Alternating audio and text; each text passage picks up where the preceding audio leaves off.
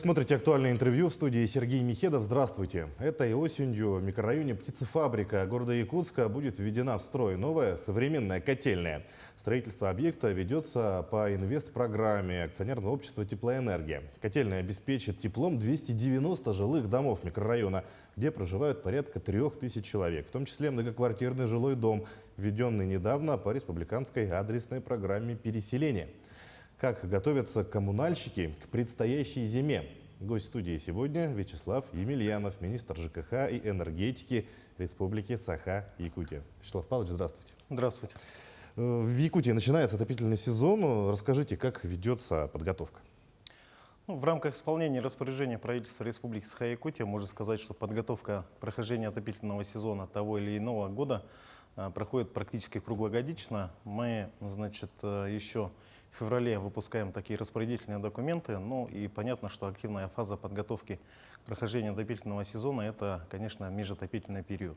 Межотопительный период у нас очень короткий. В этот короткий промежуток времени необходимо подготовить основное вспомогательное оборудование, провести организационные мероприятия, ну и доставить топливно-энергетический ресурс. Это основные задачи, которые нам необходимо предстоит сделать в этот краткосрочный период с июня по август месяц. А так в целом можно сказать, что подготовка к прохождению отопительного сезона идет в круглогодичном режиме. Отмечаются ли проблемные вопросы в этом году? Ну, естественно, есть определенные узкие места как и в коммунальной инфраструктуре, так и в электроэнергетике. Технологические нарушения аварий, которые проходят в предыдущих отопительных периодах, они, конечно же, анализируются.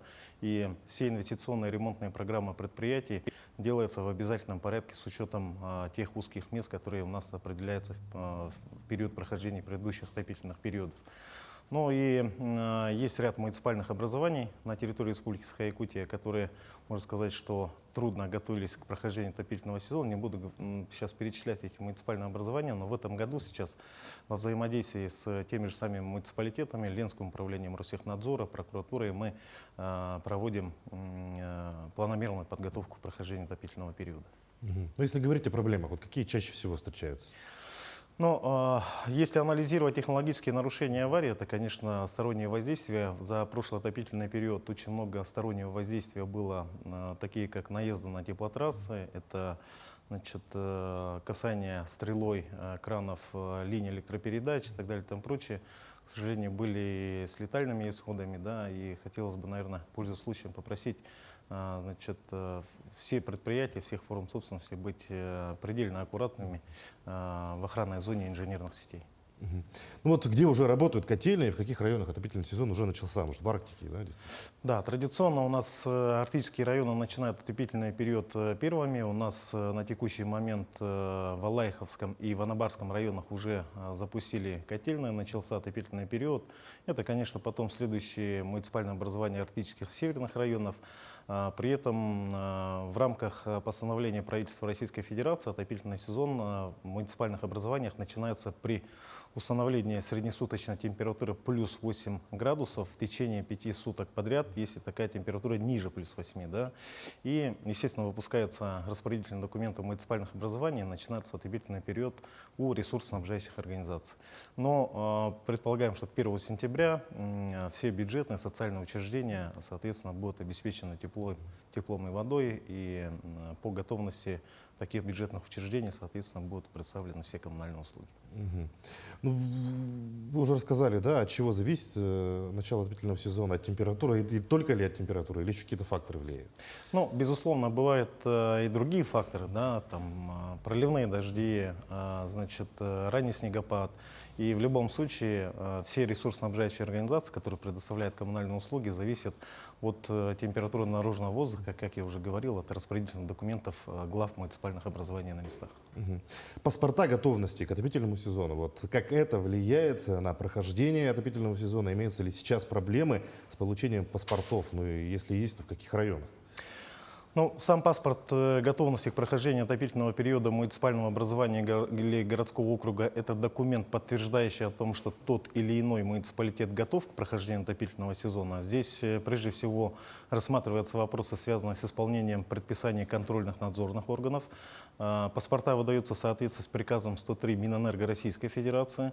Здесь работает не только правительственная комиссия, но и работают контрольно-надзорные органы, как Ленское управление Ростехнадзора, прокуратура. Ну, то есть это, можно сказать, что всеобщий контроль над подготовкой к прохождению отопительного сезона не только ресурсоснабжающих организаций, но и муниципалитетов в целом. Потому что туда включается и жилфонд, и социальное учреждение, и бюджетное учреждение, которое непосредственно предоставляет все те коммунальные услуги для населения, чтобы наша зима проходила в комфортных условиях.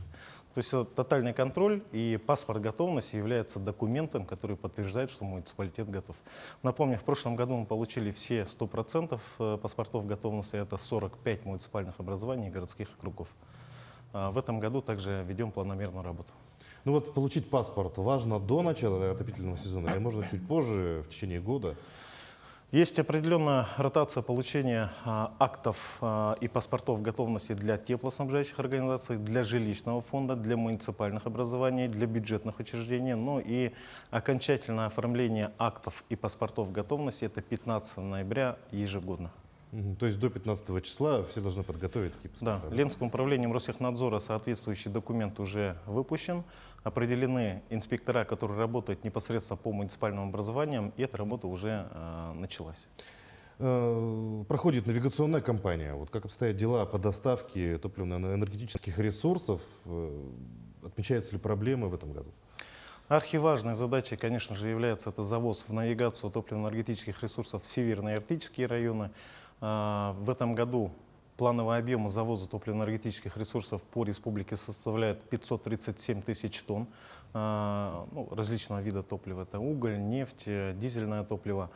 На текущий момент доставлено непосредственно на места чуть более 40%, отгружено порядка 80%, то есть то, что сейчас находится в пути, да, и плановые объемы топливно-энергетических ресурсов, которые необходимо доставить в наши непосредственно объекты теплоснабжения, электроснабжения, будут выполнены до конца октября месяца. То есть до конца октября должны все завести. Да. Отмечались некоторые проблемы по шахте Джибари-Кихая. Удалось решить эти проблемы?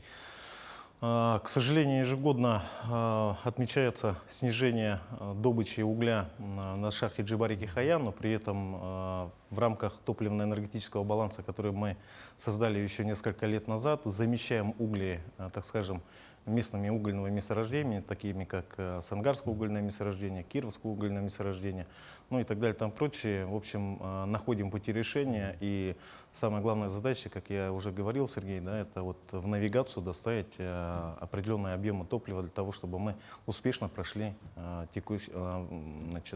отопительный сезон этого года. Главное, проблема решается, конечно, да, это уже хорошо. Вот, в рамках подготовки к зиме проводится модернизация объектов ЖКХ и энергетики. Вот где и какие новые объекты появятся в республике?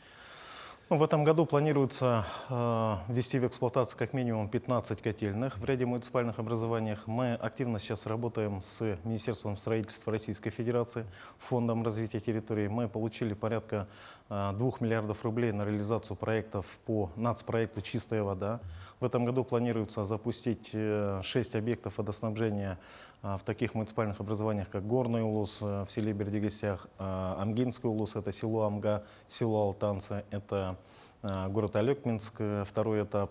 Ну и ряд объектов, которые жизненно необходимы для надежного энергоснабжения и теплоснабжения, в том числе и 9 дизельных электростанций в ряде муниципальных образований, таких как Аймиконский Улус, Алекминский Улус, Тампонский Улус. Это автоматизированные гибридные энергоустановки, которые работают в купе как с традиционной энергетикой, так и возобновляемой энергетикой. Планы у нас большие. Я думаю, что инвесторы, заказчики и подрядчики нас не подведут, и, соответственно, мы все объекты введем в установленные сроки и будем обеспечивать качественным теплоснабжением, электроснабжением наших потребителей. Вот о чем мы говорили в начале, о новой котельной в микрорайоне птицефабрика. Расскажите, в каком режиме она будет работать? Насколько известно, вначале запустит старую котельную. То есть... Да, ну, как я уже говорил, для того, чтобы получить паспорт готовности, необходимо исполнить предписание контрольных надзорных органов. Котельная, значит, микрорайона птицефабрика, к сожалению, была признана аварийной по проверке со стороны Ленского управления Ростехнадзора. Ну и, соответственно, было принято решение в рамках инвестиционной программы все-таки построить надежный источник теплоснабжения для того, чтобы обеспечить качественное теплоснабжение наших потребителей города Якутска, в частности, микрорайона птицефабрика. Вот как осуществляется в таких экстремальных, да, вот в наших северных природно-климатических условиях не допустить крупных аварий? Вот какая здесь работа ведется? Здесь нужно отметить следующее, что по объектам коммунальной инфраструктуры, это теплоснабжение, водоснабжение, водоотведение, мы фиксируем положительную динамику, то есть сокращение количества технологических нарушений. Вот, предыдущий отопительный период 2022-2023 года показал по сравнению с ОЗП 2021-2022 снижение количества тех нарушений примерно на 10%, но при этом количество технологических нарушений и аварий в электросетевом комплексе показал, к сожалению, увеличение примерно на 10-15%. Значит, ну и наиболее резонансное, как вы, Сергей, знаете, это у нас микрорайон Сатал 1 января текущего года. Да, это большие ограничения, связанные с значит, безнадежной работой, так скажем, вспомогательного оборудования на подстанции «Майя». У нас улетали, так скажем, в кавычках, муфты, которые, значит, обесточивали, условно говоря, практически всю центральную часть Республики Саха-Якутия. В этом году, благодаря, значит, переговорам нашего главы республики Александра Сергеевича Николаева с генеральным директором компании «Россети», дополнительно в Республику Саха-Якутия наши узловые подстанции, такие как «Майя», «Томот», выделено порядка 2 миллиардов рублей. И эти работы сейчас выполняются. Вот эти муфты, которые сейчас не выдерживали, так скажем, наших аномальных холодов, сейчас будет в закрытых контурах работать. То есть, соответственно, температурный режим, который у нас устанавливается резко континентальный, не будет влиять на работу основного вспомогательного оборудования узловых подстанций. Надежность электроснабжения должна увеличиться в разы. Ну, что касается компании «Якутскэнерго», в рамках исполнения своих инвестиционных, ремонтных программ, «Якутскэнерго» также, определяя узкие места, направляет все мероприятия, связанные для повышения надежности электроснабжения наших потребителей. Самая главная задача для нас – это, конечно же, не допустить последствий отключения электрической энергии. Мы везде, значит, запускаем резервные источники питания и обеспечиваем надежным теплоснабжением, водоснабжением наших потребителей. Ну что ж, Вячеслав Павлович, желаем успешного дальнейшего приготовления, подготовки к отопительному сезону, чтобы все завершилось в срок. Ну и, конечно же, успешного его прохождения без серьезных технологических нарушений. Спасибо. Я напомню, вы смотрели актуальное интервью. Оставайтесь на нашем канале.